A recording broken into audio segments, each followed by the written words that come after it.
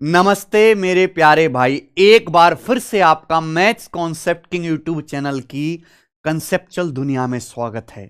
हमारी सीरीज चल रही है 2025 में होने वाले SSC, railway, police, constable, CDS हर एग्जाम की तैयारी के लिए मेरे भाई, जिसमें आपको डेली एक कॉन्सेप्ट, एक मैथमेटिक्स का कंप्लीट टाइप सिखाता हूं। डेली कॉन्सेप्ट सुबह 10 बजे क्लास आती है मेरे भाई। तो आज का कॉन्सेप्ट है मेरे भाई जो है, आज का कॉन्सेप्ट है मेंसुरेशन से, मेंसुरेशन 2D से। बहुत ध्यान से सुनिएगा। ये वो कॉन्सेप्ट है या ये वो सवाल आप कह सकते हैं जो पेपर में डायरेक्ट आता है, हर साल किसी ना किसी पेपर में आता है। तो अगर आप मेरे भाई इसको एक बार कर लोगे, दोबारा से आना ही है तो आप करके आ जाओगे मेरे भाई, सही ठीक है ना। बस इसका डाटा चेंज होगा, हर साल ये पेपर में क्वेश्चन आता है। तो मैं आपको कॉन्सेप्ट समझा देता हूं, उसके बाद जो है हम उस पर सवालों को देख लेंगे प्रीवियस ईयर के कैसे कैसे आए हैं। ठीक है, यूट्यूब चैनल को मेरे प्यारे भाई, हमारे भाई आप सब्सक्राइब कर लो, इसी पे डेली सीरीज आ रही है मैथ्स कॉन्सेप्ट किंग पर। देखो, अगर किसी बच्चे को सेक्टर का एरिया निकालना नहीं आता है ना, वृत्त का जो त्रिज्य खंड होता है वो आजकल बहुत पॉपुलर है, एसएससी में भी, रेलवे में भी उस पर काफी सवाल आए हैं। तो इसी चैनल पे मैंने वीडियो डाल रखी है, सेक्टर के, सर्कल के सेक्टर से रिलेटेड सारे कॉन्सेप्ट और सवाल हैं, आप इसको जरूर देख लीजिएगा मेरे भाई, इसी चैनल पे वीडियो डली हुई है। ओके, आ जाओ। देखो मेरे भाई, कॉन्सेप्ट क्या है ध्यान से सुनिएगा मेरे दोस्त। आपने देख लिया होगा थंबनेल में कि दो सर्कल है मेरे भाई, दोनों की रेडियस बराबर है। दो सर्कल है, दोनों बराबर रेडियस के हैं। ये एक कलवा सर्कल मान लीजिए, ये एक ब्लू सर्कल है। दो सर्कल है मेरे भाई, दोनों की जो रेडियस है बराबर हैं, दोनों सेम ही सर्कल हैं। ठीक है, समझ में ही बात? आप बोलोगे हाँ सर, ये दोनों जो हैं सेम ही सर्कल हैं। यस सर नो, आप बोलोगे जी सर बिल्कुल सही, ठीक है, कोई दिक्कत नहीं। ये दोनों सर्कल इस तरीके से हैं, बराबर रेडियस वाले, कि दोनों सर्कल एक दूसरे के सेंटर से होके जाते हैं। जैसे मेरे भाई ये ब्लैक सर्कल है, तो ब्लैक सर्कल का जो सेंटर है, ये सेंटर O1, ये ब्लू सर्कल की परिधि पे है। ये मेरे प्यारे भाई आपका ब्लू सर्कल है, ब्लू सर्कल, तो ब्लू सर्कल का जो सेंटर है O2, ये हमारे ब्लैक सर्कल की सरकमफेरेंस पे है। ठीक है भाई, यानी कि दोनों सर्कल बराबर रेडियस वाले हैं और ये दोनों सर्कल एक दूसरे के सेंटर से होकर पास करते हैं। प्रत्येक सर्कल की रेडियस R है। आप बोलोगे हाँ जी सर, तो भाई इनके बीच में ये जो कॉमन एरिया है, यही एरिया आपको निकालना है कि ये एरिया कितना होगा। क्या आप मेरी बात समझ गए? ये एरिया पेपर में निकालने के लिए आता है, ढंग से समझिएगा, मैं आपको समझाता हूं। मान लीजिए कि दोनों सर्कल एक दूसरे को यहां पॉइंट ए और पॉइंट बी पर इंटरसेक्ट करते हैं, पॉइंट ए और बी पर। तरीके बहुत सारे हो सकते हैं, पर मैं आपको बेस्ट ही तरीके सिखाऊंगा जो हर बच्चा समझ पाए। मेरे भाई ध्यान से सुनना, सभी लोग ध्यान से सुनना। अच्छा, हाँ जी, अगर मैं इसको मिला दूं ऐसे और मैं इसको ऐसे मिला दूं, तो मुझे ये बताओ ये एंगल कितने डिग्री का होगा। अगर मैं इसको इस तरीके से मिला देता हूं तो मुझे ये बताओ कि ये जो एंगल आपके सामने बना है कितने डिग्री का होगा। ये जो एंगल होगा ना, ये 120 डिग्री का होगा। आप कहोगे सर नहीं पल्ले पड़ा, कैसे? भाई इस सर्कल की रेडियस ये R है, इस सर्कल की जो रेडियस है ये R है ना, मैंने इसकी रेडियस को R मान लिया। अब यहां सेंटर से सरकमफेरेंस तक की दूरी, ये भी तो रेडियस R होती है, ये भी रेडियस R है मेरे भाई, ये भी रेडियस R है। क्लियर है? आप बोलोगे हाँ सर। इस सर्कल की जो रेडियस है मेरे भाई, सेंटर से सरकमफेरेंस तक की दूरी, ये भी रेडियस R हो जाएगी, और ये सेंटर से सरकमफेरेंस तक की दूरी, ये भी जो है रेडियस R हो जाएगी। तो आपको दो इक्विलेटरल ट्रायंगल दिखाई दे रहे हैं, r r r r r r. अगर किसी ट्रायंगल की तीनों भुजाएं बराबर है मेरे भाई, तो कैसा ट्रायंगल होता है? समबाहु त्रिभुज। इसमें ये एंगल कितने डिग्री का होगा? 60 डिग्री का। इक्विलेटरल ट्रायंगल का हर एक एंगल 60 डिग्री का होता है। तो ये टोटल एंगल कितना आ जाएगा? ये टोटल एंगल आ जाएगा 60 जमा 60, 120 डिग्री का एक कुल एंगल आ जाएगा। ये टोटल जो एंगल आएगा ना मेरे भाई, ये 120 डिग्री का आ जाएगा। आप बोलोगे हाँ जी सर बिल्कुल सही, इसमें कोई भी हमें दिक्कत वाली बात नहीं है। ये टोटल एंगल 120 डिग्री का आ गया। देखो बहुत ही बेहतरीन बात है, मजा आएगा आपको, आपको मजा आएगा। बस आपको थोड़ा सा एक बार टाइम देके समझ लेना, ये वाला एंगल 120 डिग्री का होगा। अब मुझे जो निकालना है मेरे प्यारे भाई, ये वाला शेडेड एरिया मुझे निकालना है, ये वाला शेडेड एरिया जो है ये मुझे निकालना है। अब आप मुझे बताओ ये जो हमारा शेडेड एरिया है ये कैसे निकलेगा? ये जो शेडेड एरिया है मेरे दोस्तों ये कैसे निकलेगा? एक बात ध्यान से सुनना सभी लोग एक बात ध्यान सुनना। आपको ये सेक्टर दिखाई दे रहा है, ये सेक्टर दिखाई दे रहा है 120 डिग्री का, ये सेक्टर है 120 डिग्री का, ये सेक्टर आपको दिखाई दे रहा है मेरे भाई। आप बोलोगे हाँ जी सर ये हमें सेक्टर दिखाई दे रहा है। सेक्टर तो आप जानते हैं ना मेरे भाई, सर्कल का इस तरीके से एक टुकड़ा सेक्टर होता है।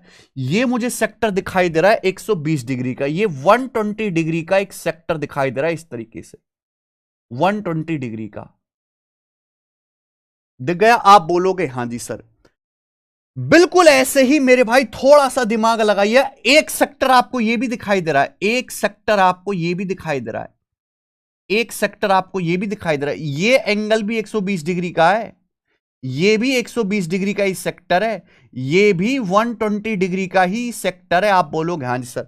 एक सेक्टर आपको और दिखाई दे रहा है इस प्रकार से, ये भी 120 डिग्री का सेक्टर है, ये भी 120 डिग्री का ही सेक्टर है मेरे भाई, 120 डिग्री का सेक्टर है। रेडियस इनकी दोनों की आर ही है, आर ही है।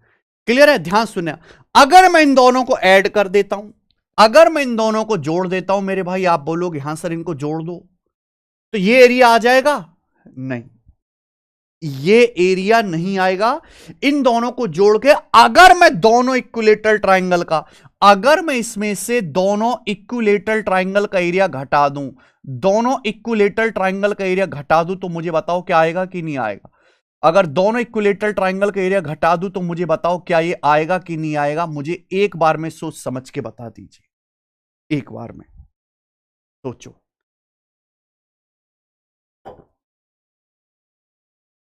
दिमाग लगा के सोचो सब लोग, दिमाग लगा के।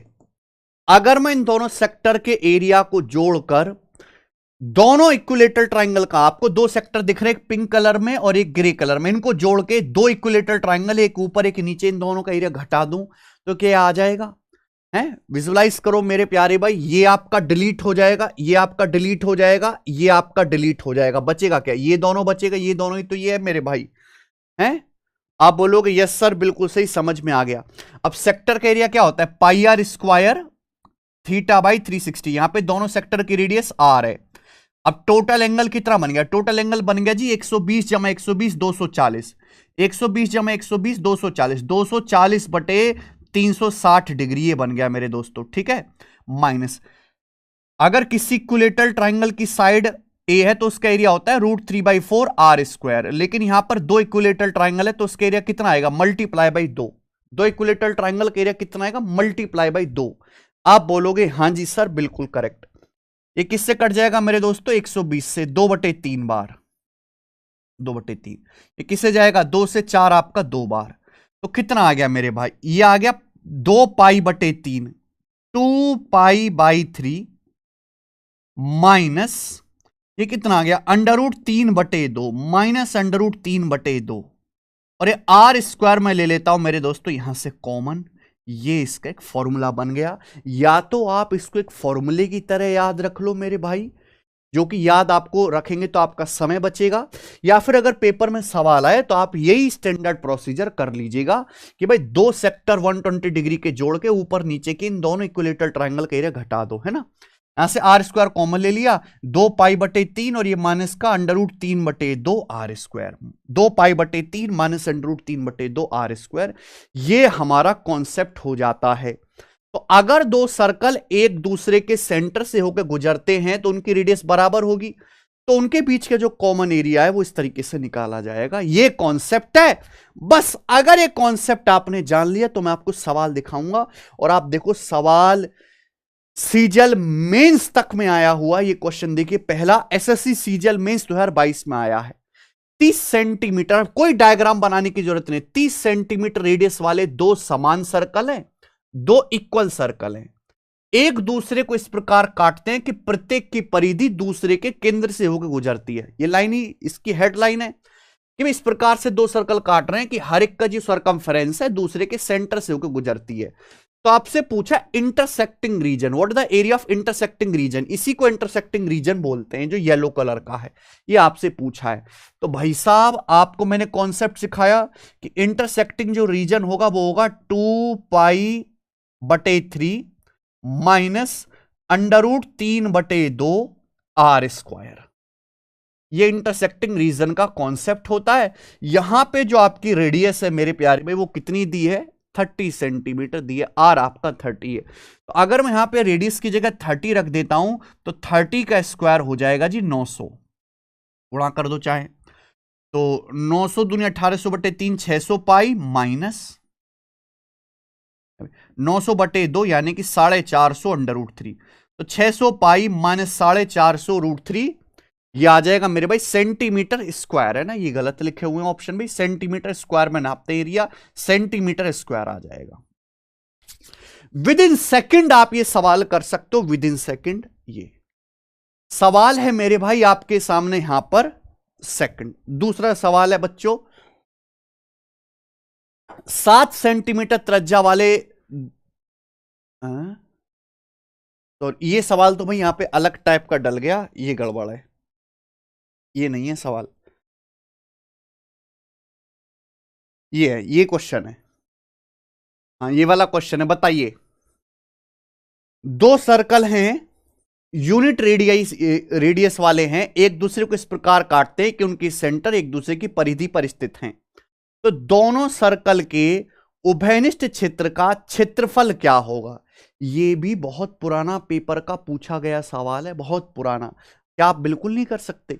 यहां पे क्या, बस रेडियस आपकी 1 यूनिट बोली है, 1 यूनिट रेडियस वाले 2 सर्कल हैं, एक दूसरे को इस प्रकार काटते हैं कि उनके जो सेंटर है वो एक दूसरे की सरकमफेरेंस पे हैं। तो आपसे पूछा है कॉमन रीजन क्या होगा, कॉमन रीजन का एरिया क्या होगा, तो सीधा भी मैंने कॉन्सेप्ट समझाया, 2π/3 माइनस √3/2, रेडियस यहां पे दोनों सर्कल की कितनी है, 1 × 1²। 2 सर्कल एक दूसरे को इस प्रकार काटते हैं, ये लाइन होगी कि सेंटर एक दूसरे के सरकमफेरेंस पर है। तो बस यहां पे एलसीएम लेना था आपको, 3 दूनी 6, 2 दूनी 4π माइनस 3√3, तो 4π माइनस 3√3/6 कहां गया जी option, option number C correct. कर लेंगे क्या आप ऐसा सवाल कर लेंगे अब पेपर में, ठीक है जी, बिल्कुल कर पाओगे मेरे भाई। मैं एक आपको और दिखाता हूं, सवाल है आपके सामने मेरे भाई यहां पर चौथा, बहुत प्यार समझिएगा, ये क्वेश्चन अभी तक पेपर में नहीं आया, ये मैंने किसी किताब में देखा था और वाकई में इतना गजब का सवाल है, आने लायक।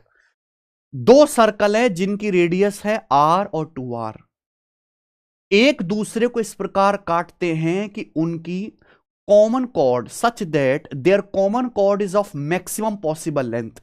2 सर्कल है जिनकी रेडियस r और 2r है, वो एक दूसरे को इस प्रकार काटते हैं, इन सच ए वे इंटरसेक्ट करते हैं कि उनकी जो कॉमन कॉर्ड है, जो उभयनिष्ठ जीवा है, वो मैक्सिमम लंबाई की है। तो आपसे पूछा है what the area of region that is common to 2 circle, दोनों सर्कल के उभयनिष्ठ क्षेत्र का क्षेत्रफल क्या होगा। अब इस सवाल में बहुत खतरनाक तरीका मैं लगाऊंगा, आपको मजा आ जाएगा अगर आप थोड़ा सा दिमाग रखते हैं मेरे भाई। देखो, 2 सर्कल है, एक की रेडियस r है, दूसरे की 2r है। अब बताओ किसी सर्कल की सबसे बड़ी कॉर्ड क्या होती है, इसी सर्कल की जो सबसे बड़ी कॉर्ड होती है वो उसका डायमीटर, व्यास से बड़ी जीवा नहीं खींच सकते आप किसी भी सर्कल में। भाई अगर 2 सर्कल है जिनकी रेडियस r और 2r है तो इनकी मैक्सिमम कॉर्ड क्या हो सकती है, मैक्सिमम कॉर्ड मेरे भाई ये वाली खींच सकते हो आप, ये वाली, ये दोनों सर्कल की मैक्सिमम कॉर्ड हो सकते, ये जो क्या होगा, जो छोटे सर्कल का डायमीटर होगा, छोटे सर्कल का डायमीटर, छोटे सर्कल का व्यास AB, इससे बड़ा आप जो है मेरे प्यारे दोस्तों यहां पर खींच ही नहीं सकते मैक्सिमम कॉर्ड। ये इस सवाल का इतना गजब का लॉजिक है जिसकी जितनी तारीफ करी जाए मेरे दोस्त उतना कम है। ये दोनों सर्कल की मैक्सिमम कॉर्ड होगी अधिकतम जीवा, अधिकतम लंबाई की जीवा, क्योंकि आप कोई भी जीवा क्या होती है, ये होती है कॉर्ड, सबसे बड़ी कॉर्ड जो होती है वो सेंटर से पास होने वाली लाइन होती है सर्कल का डायमीटर, तो ये मैक्सिमम लेंथ ऑफ कॉर्ड आ जाएगी मेरे भाई, ठीक है। अब आपसे ये जो है इंटरसेक्टिंग रीजन आपसे पूछा है ना, ये वाला एरिया जो है यहां पर इन्होंने आपसे पूछा, ये वाला और ये वाला, ये एरिया आपसे पूछा है। बताओ कैसे निकालेंगे मेरे भाई। देखो इस सर्कल का सेंटर तो यहीं पर आ जाएगा। मान लिए इस सर्कल का सेंटर सपोज यहां पर है पॉइंट ओ। अब आप मुझे एक बात बताओ, छोटे सर्कल की रेडियस आर है तो बड़े सर्कल की रेडियस कितनी है? बड़े सर्कल की रेडियस है मेरे प्यारे भाई यहां पर 2r, तो ये कितना आएगा 2r। ये कितना आ जाएगा मेरे भाई 2r। आप मुझे बताओ ये कितना हो जाएगा बच्चों 2r, ये भी कितना हो जाएगा 2r। 2r आप बोलोगे यस सर। आप मुझे बताओ छोटे सर्कल की रेडियस आर है तो छोटे सर्कल का डायमीटर भी 2r हो जाएगा ना, डायमीटर भी। तो 2r 2r 2r ये इक्विलेटरल ट्रायंगल बन गया, जिसमें ये एंगल कितने डिग्री का होगा? 60 डिग्री का होगा, 60 डिग्री का होगा। तो आप मेरे भाई सबसे पहले ये इस चीज को निकालने में फोकस करो कि ये एरिया कैसे आएगा। ये एरिया अगर आपने ये एरिया निकाल लिया तो सवाल सॉल्व हो जाएगा। ये एरिया निकालने का तरीका क्या है मेरे भाई, मजा आ जाएगा आपको करके। आप सोचोगे सर ऐसा तो हमने कभी देखा ही नहीं। ये आपको सेक्टर दिखाई दे रहा है 60 डिग्री का सेक्टर। अगर मैं 60 डिग्री के सेक्टर में से, ये 60 डिग्री का सेक्टर है, दिख रहा है? आप बोलोगे हाँ सर ये हमारा 60 डिग्री का सेक्टर है जिसके रेडियस है 2r। अगर मैं ये इक्विलेटरल ट्रायंगल का एरिया घटा दूं, इक्विलेटरल ट्रायंगल का एरिया घटा दूं तो हो जाएगा OAB, इक्विलेटरल ट्रायंगल का एरिया घटा दूं। आप बोलोगे हाँ सर बस यही करना है। अब 60 डिग्री सेक्टर, सेक्टर का एरिया क्या होता है? पाई, यहां पर रेडियस सेक्टर की 2r है, पाई 2r square into theta by 360 degree. 60 बटा 360 1/6। इसमें से इक्विलेटरल ट्रायंगल का एरिया घटा दो। इक्विलेटरल ट्रायंगल का एरिया क्या होता है? √3/4 भुजा का वर्ग। भुजा यहां पे इक्विलेटरल ट्रायंगल की 2r है, 4r स्क्वायर ये आ जाएगा मेरे भाई। ये हो गया। आप बोलोगे हाँ जी सर बिल्कुल सही, कोई प्रॉब्लम नहीं है। 4 से 4 आपका कट गया। अब ये कितना आ गया 4/6 यानी कि 2πr² माइनस √3r²। ये आया, कोई दिक्कत नहीं। तो ये आ गया मेरे भाई ये वाला एरिया, आ गया कि नहीं? अब आप मुझे बताओ कि ये एरिया कितना आएगा, ये वाला एरिया। हमें तो भाई साहब ये बता दीजिए कि ये एरिया कितना आएगा, ये एरिया कितना आएगा। ये तो भैया सेमी सर्कल है, ये तो छोटे वाले सर्कल का आधा हिस्सा है, छोटे वाले सर्कल का आधा हिस्सा। छोटे सर्कल की यहां पे रेडियस r है, तो सेमी सर्कल का एरिया क्या होता है? सर्कल का एरिया πr²। ये सेमी सर्कल है, सेमी सर्कल का एरिया इसमें और जोड़ना पड़ेगा πr²/2, πr²/2 ये आएगा। यानी कि माइनस √3r² आने वाला है, जो एक ही ऑप्शन में बी ये उत्तर आ गया। कम सवाल देखा, क्या गजब का सवाल है भाई साहब। अगर मैं इन दोनों को ऐड करूं तो देखिए 3 दूनी 6, अभी 2 दूनी 4 और 3 7 πr²/6 और माइनस √3r²। ये इस सवाल का आंसर है। ये मैंने आपको फ्यूचर ईयर का क्वेश्चन कराया है, अब ये प्रीवियस ईयर में नहीं आया है, बट रेलेवेंट क्वेश्चन है, एग्जाम में आने लायक। मैं एग्जामिनर को भी हिंट दे रहा हूं कि भाई ये सवाल उठा के तू पेपर में डाल सकता है। ओके, तो ये कॉन्सेप्ट था मेरे भाई। देखो जरूर नहीं कि इसको सोचने का यही एक तरीका है, एक तरीका और भी है, पर मैंने आपको वो बताया जो हर बच्चा कर लेगा, ठीक है ना। अब ये एक सवाल और है जो मैंने इसमें डाला है। अगर आपको इसका कॉन्सेप्ट भी सीखना है बच्चों तो मुझे कमेंट्स करो, मैं आपको इस सवाल का कॉन्सेप्ट भी सिखाऊंगा। यह भी बहुत फेमस कॉन्सेप्ट है, ठीक है। तो आज की क्लास का कॉन्सेप्ट मेरे भाई यहीं पे खत्म होता है। आपको ये हमारी सीरीज पसंद आ रही है, हमारा एफर्ट समझ में आ रहा है, तो इस वीडियो को लाइक करो, शेयर करो। सेक्टर की बिल्कुल नॉलेज नहीं है, कुछ नहीं जानते भाई, तो सेक्टर वाली वीडियो को जरूर पढ़ लीजिए मेरे दोस्त, ठीक है। टेलीग्राम चैनल जरूर ज्वाइन कर लो हमारा पीडीएफ के लिए, और प्रैक्टिस पे लग जाइए, प्रैक्टिस पे लग जाइए। टीचर कितना भी पढ़ा ले, कितना भी अच्छे आपके पास सोर्स मटेरियल हो, जब तक आप सेल्फ प्रैक्टिस नहीं करोगे कुछ नहीं होने वाला। और प्रैक्टिस के लिए आपको पता है एसएससी के किसी भी एग्जाम की आप तैयारी कर रहे हो तो जो है हमारी बुक है एसएससी मैथ्स दी कंप्लीट कोचिंग, ये जो बुक है एसएससी के हर एग्जाम का सॉल्यूशन है। अब आपको वो करने की जरूरत नहीं कि सर मैं तो एमटीएस की तैयारी कर रहा हूं, सर मैं कौन सी किताब करूं, सर मैं तो सीजल की तैयारी कर रहा हूं, मैं कौन सी किताब करूं ना। एसएससी के किसी भी एग्जाम की आप तैयारी कर रहे हो, छोटे से लेके बड़े तक, यही आपको बुक पूरी बनानी है, यही वो किताब, प्री के लिए भी और मेंस के लिए भी, एंड तक स्टार्टिंग से एंड तक केवल आपको यही किताब पूरी बनानी है चैप्टर वाइज, जो आपको अमेजन फ्लिपकार्ट पे मिल जाएगी। ठीक है जी, तो आज इतना ही, कल मिलेंगे सेम इसी टाइम 10 बजे। बाय।